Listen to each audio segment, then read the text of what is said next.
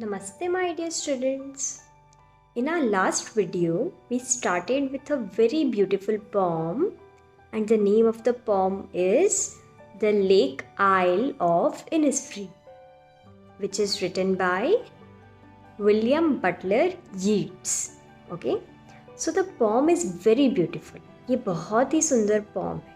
Okay, you know why? Because Innisfree is a very beautiful island.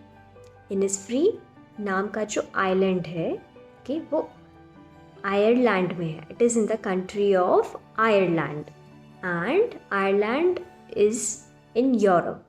Okay, so this beautiful island is surrounded by lake isle. ओके, ये जो Innisfree नाम का island है वो एक बहुत ही प्यारी सी छोटी सी एक lake isle. Lake is a छोटी सी नदी. ओके, वो उससे उसके आसपास घिरा हुआ है. Okay, so it is a very serene, natural and full of tranquillity. It's a very beautiful place. And in the video we have started with the first paragraph, and in that paragraph we saw something.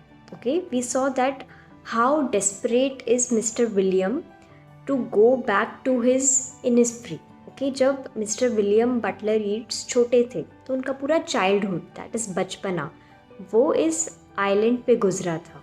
Okay, वो lake आइल के आसपास गुजरा था. And because अब वो बड़े हो चुके हैं and he is living in a city. वो एक सिटी लाइफ जी रहे हैं. Okay, and you know how a city life is. It is very stressed out, it is very noisy, full of people. Okay, बहुत शोर होता है. But in all that shore, in all that noises also, his heart is pumping for his childhood place, and he's missing his childhood place. Okay, even despite of his such a busy life, busy routine.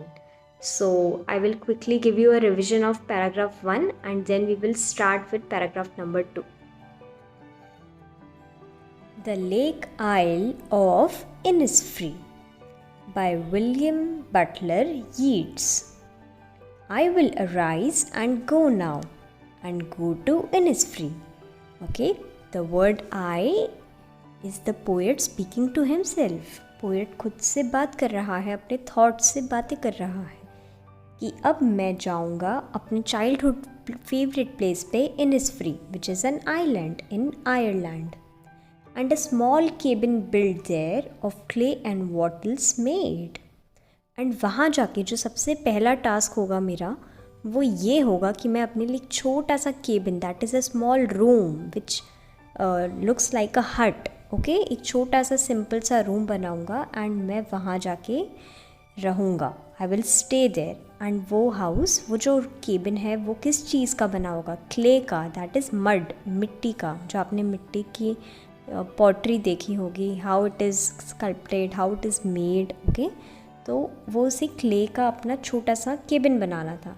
And जो fence थी, घर के आसपास जो fence होती है जो घर अंदर प्रोटेक्ट करती है घर को, वो वॉटल्स की बनानी थी. Okay, it is a very thin bamboo stick material wattles. So उसका हाउस क्ले एंड वॉटल्स का होना चाहिए. 9 bean rows will I have there. So after going there, of course अब उसे भूख भी लगेगी. So उसे खाना भी सिंपल खाना है. He doesn't need any Domino's pizza और मैकडी. उन्हें बीन्स खानी है. ओके, बीन्स मीन्स फली. एंड ही इज़ थिंकिंग कि वो 9 bean rows वो फार्मिंग करेंगे एंड जब वो बीन्स की सीड सो करेंगे सो वो 9 लाइन्स में करेंगे. A hive for the honey bee. Okay, so hive is a place for honey bee. Honey bee का जो घर होता है उसे हाइव कहते हैं. तो the poet is in love with honey bee. You know, उन्हें हनी बी से बहुत प्यार है. ऑफकोर्स उन्हें हनी से भी प्यार होगा. सो ही वॉन्ट्स कि हनी बी अपना हाइव, जो वो मधुमक्खी का छत्ता जिसे हम हिंदी में कहते हैं, हनी बी भी अपना घर वहीं आके बनाए. And live alone. Alone means अकेले. वो अकेले रहना चाहते थे. In the bee loud glade. Bee loud glade. Okay, bee loud means bee की loud noise. It should be this noise and sound of only the honey bees. क्या noise होती है? Buzzing around. हनी बी का जो sound होता है it is buzzing, okay, वो buzz करती रहती हैं. एंड ग्लेड मीन्स एक खाली स्पेस जहाँ सिर्फ हनी बी का साउंड होना चाहिए. This was the first paragraph and he wants a very simple life in it. Now we will start reading paragraph number 2.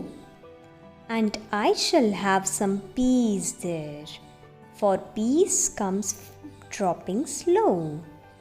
So the poet is thinking कि वहाँ जैसे ही मैं पहुँच जाऊँगा then I will have peace. Peace means Shanti. For peace comes from dropping slow. अब शांति कैसे आती है हमें? You know, peace is not a volume button remote का जिससे बस स्लो डाउन कर दिया तो वॉल्यूम कम हो जाएगी. Okay, it is a state of mind, okay, and it comes gradually. That means slowly. वो धीरे धीरे टाइम के साथ होता है. Dropping from the wheels of the morning. Okay, so he has started thinking कि मुझे पीस वहाँ इनिस्फ्री में क्या दिख के मिलेगा. Dropping from the wheels of the morning. Okay, wheels means एक पर्दा, अ कवर, एक लाइट सा कवर, थिन कवरिंग. ओके, जो यूजुअली क्रिश्चियन ब्राइड्स जो होती हैं वो पहनती हैं अपने वाइट अटायर के साथ. ओके, अपना सर ढकने के लिए.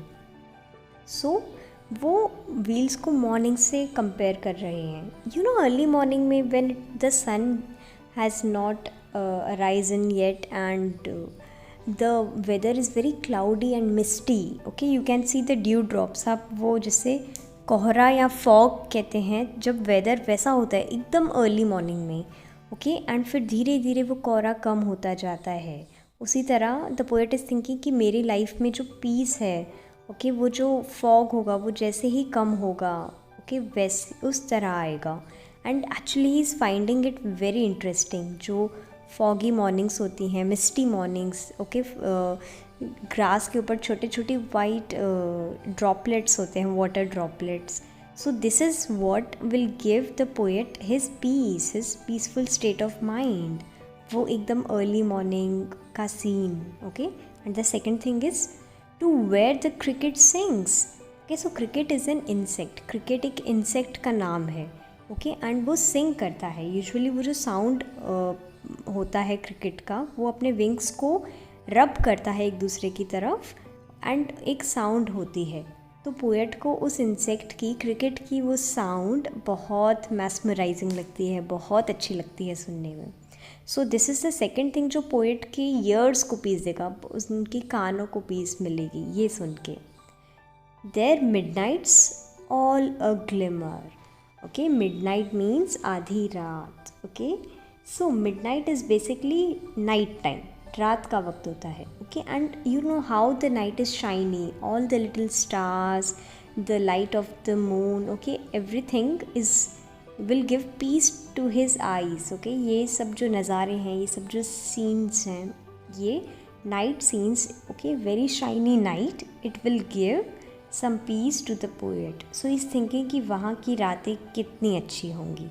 They would be glimmer, that is radiant and shiny, chamkili. And noon a purple glow.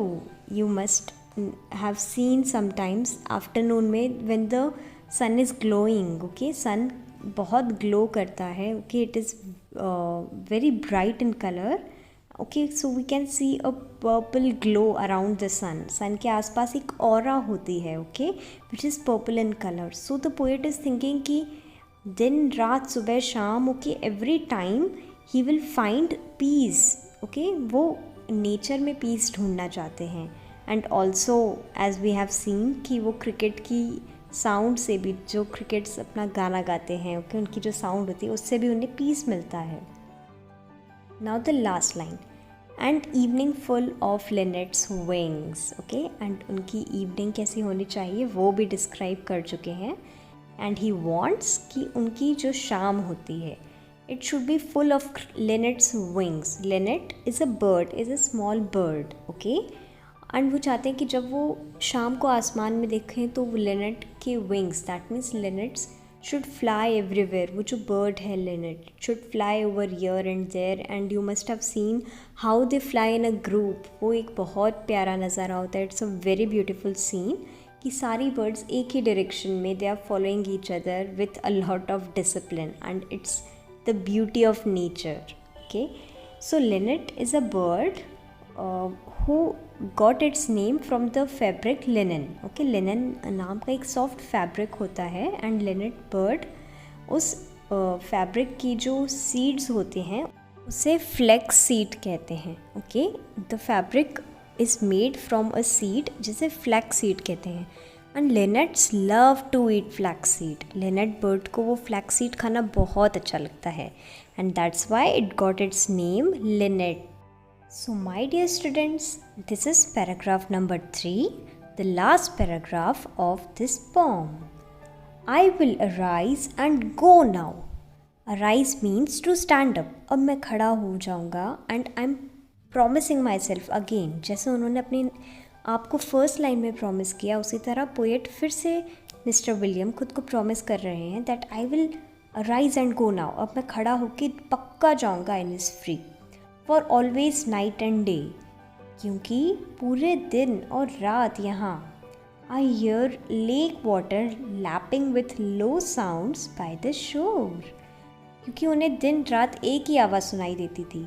Lake आइल जब अपने शोर से किनारे से, ओके, लेक आइल अपने किनारे पे जाके आइलैंड से मिलते थे. ओके, आइलैंड के आसपास जो रेत है कि जैसे ही पानी उसे हिट करता था, स्ट्राइक करता था, तो वो जो साउंड आती है जब पानी, you must have heard it on a beach. Okay, जब पानी ओवरलैप करता है, ओके, मतलब वो शोर के ऊपर जाता है, ज़ोर से लैप करता है, स्ट्राइक करता है, तो एक बहुत प्यारी सी साउंड आती है, एक natural sound. Okay, and the poet is listening to that sound day and night. उनके मन में यही साउंड बार बार दिन रात आता है लेक आइलैंड इनिसफ्री आइलैंड का. While I stand on the roadway और ऑन द पेवमेंट ग्रे.